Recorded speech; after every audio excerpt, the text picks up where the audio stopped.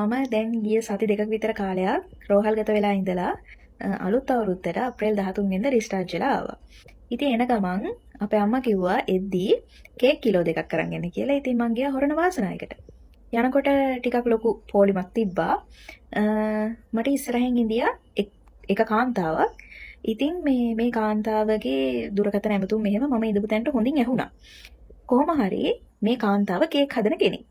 දැන් මෙයා ඒ පොලිමේ ඉන්න අතරතුරත් කේක් ඕඩර්ස් දෙකකට ඩීටේල්ස් ගත්තා WhatsApp සම්බන්ධ වෙන්න කියලා. එහෙම ඉතින් දැන් විස්තර ටික කතා කරගත්තා. කොහොම හරි ඒ කතා කරන අතරතුර දැන් මෙයා කියනවා මෙයාගේ කේක් කිලෝ එකක අයිසින් කේක් කිලෝ එකක කේක් එකක් රුපියල් 5500ක් කියලා කිව්වේ.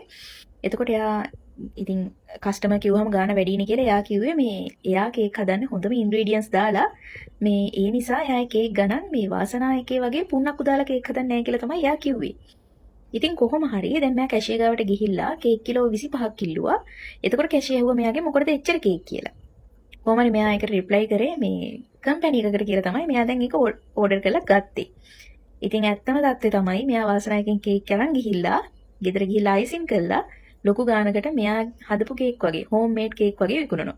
ඉතින් මේ වගේ බිස්නස් කරන කොච්චර අයද කස්ටමර්ලට බොරු කියලා මේ කෑම වලට බොරු කියන වංචා කරන මිනිස්සු.